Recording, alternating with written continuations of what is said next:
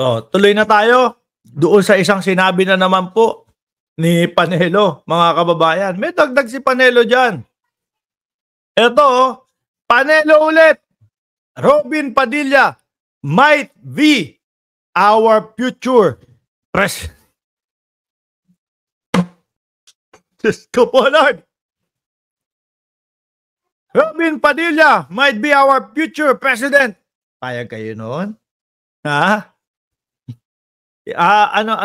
Papalitan na po yung lupang hinirang. Palitan na po ng It's Late in the Evening na po, mga kababayan. Wonderful tonight. Ano ang motto kapag kay Robin Padilla?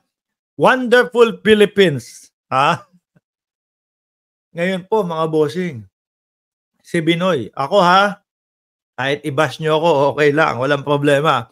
Pag sinabi ko yung totoo na binoto ko po si Binoy, nagsisisi naman po ako, mga kababayan, sa pagboto ko. 2 taon na simula po nung nanalo si Binoy sa eleksyon. Mga boss, ano na nakita natin kay Binoy? Chicha. Kumain sa Senado. Simula nung nakita niya si Picoy, doon sa pideyalik nila. Si Picoy kalmante, kalmado kumakain dun eh. Sabi ni Picoy, napatunayan ko po na sa mga gawa-gawang kwento ko lang, makakarating ako sa Senado. Tapos sabay subo. Sabi ni Bato, iko-contempt kita. Ready na po ako. Actually, dala ko na nga po yung bag ko eh. Di ba? Simula nung nakita na nagmumukbang si Picoy, palamukbang na din po si Senator Robin Padilla. Mga bossing, merong tayong nakita, napansin, narinig, yung isinusumite niya na bill, anti-dynasty. Diba? Si Binoy, anti-dynasty daw ho, mga kababayan. Pero okay lang daw sa kanya na tumakbo ng sabay-sabay at manalo ng sabay-sabay yung mga Duterte doon sa sa Congress. Sa Senado, mga kababayan. Biruin nyo. Anti-dynasty yung ipinapasa mo, tapos okay sa'yo, Paulo Duterte, Digong Duterte, tapos Baste Duterte, lahat sa Senado. Ano yun? Halata na hindi siya yung gumawa nun, kaya hindi niya alam? Di ho ba? Tapos sasabihin ni Panelo, Robin Padilla might be our future president. Bakit? Pakiramdam nyo mahihirapang manalo si BP Sara sa 2028? Kaya ngayon Robin Padilla muna. Or siguro, spare natin si Sara. Ilayo muna natin si Sara. Kasi pinapansin at napapansin, nakikita ng mga butas ni Sara. Si Robin Padilla muna. Kaya Robin Padilla walang pagkukwentuhan dyan, walang pag-uusapan dyan. Kasi wala naman pong nagagawa pa hanggang sa ngayon eh. Tuloy natin to. She can now lay a valid claim for a rightful succession to the presidency. Magiging presidente rin ho siya. Maniwala kayo. Absuelto man o makonvict yan, sigurado magiging presidente ng bansa yan. Sino? Maliban na lang kung hindi siya tumakbo. Kapag hindi siya tumakbo, si Robin Padilla ang patatakbuhin natin.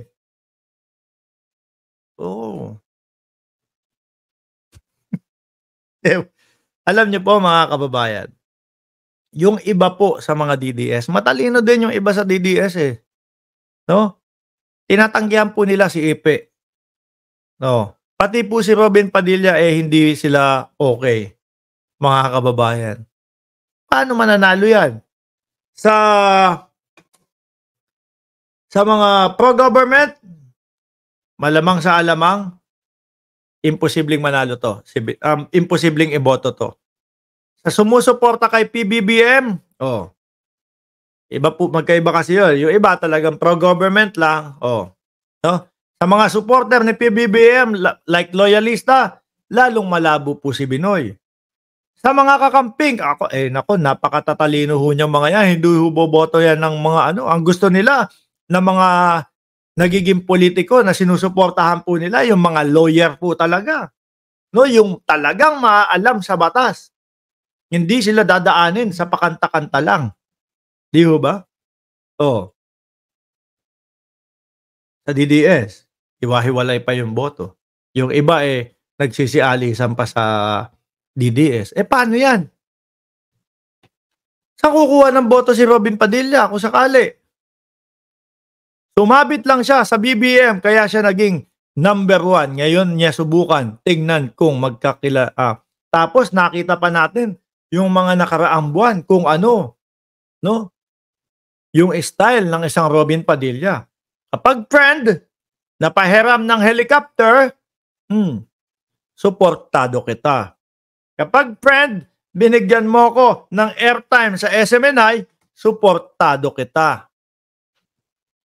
Yun ang tanong natin, isa pa mga kababayan. Kung yung pagsuporta nila kay Kibuloy malaking epekto sa susunod na halalan para sa kanila. Kagaya na lang ni Bunggo. Kagaya na lang ni Bato. Yan. Si Bato apektado diyan, no? Nahatak pababayan. Oh. Kung ang gagawin nila sa mga susunod, na taon protektahan lang ng protektahan ang dating Pangulong Duterte at pati si Kibuloy. Kasi hindi naman po, kaya ka tumakbo diyan, hindi naman po para protektahan yung mga taong yun. Kaya kayo diyan tumakbo mga bossing. Bakit to? Kasi para sa bayan ho. Hindi yung para kayo lang magproteksyonan. Di ho ba? Ano to? Ay nako, Lord. Tapos dadagdagan pa mga kababayan ng walang iba kung hindi po si Philip Salvador. Sabi ni Just Vincent, basta kumampi ka lang sa mga Duterte noon kahit napakadumi ng political record mo, for sure mananalo ka. Totoo ho yan, yung sinasabi ni Just Vincent.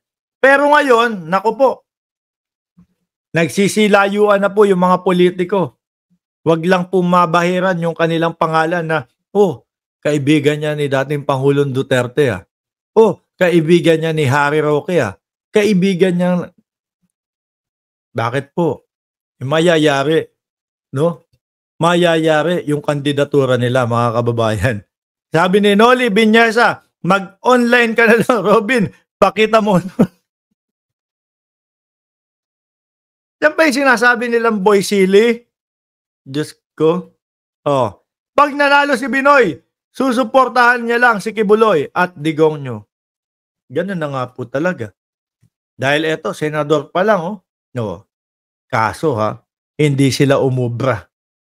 Hindi sila umubra sa katauhan ni General Torre at ni General Marbil at yung mga kapulisan na kasama po dun sa paghuli kay Kibuloy. Anong oras na ba?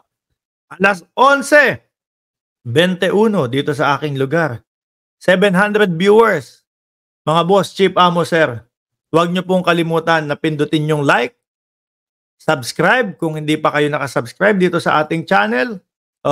At share itong live stream natin. At ito, paki-subscribe niyo po itong bagong Pinas Update na merong 4,789 subscriber. Padabayin niyo po kasi araw-araw magla-live din po tayo dyan. Alas 6 ng umaga, magla-live tayo dyan sa bagong Pinas Update, mga boss, Chief Amo, sir.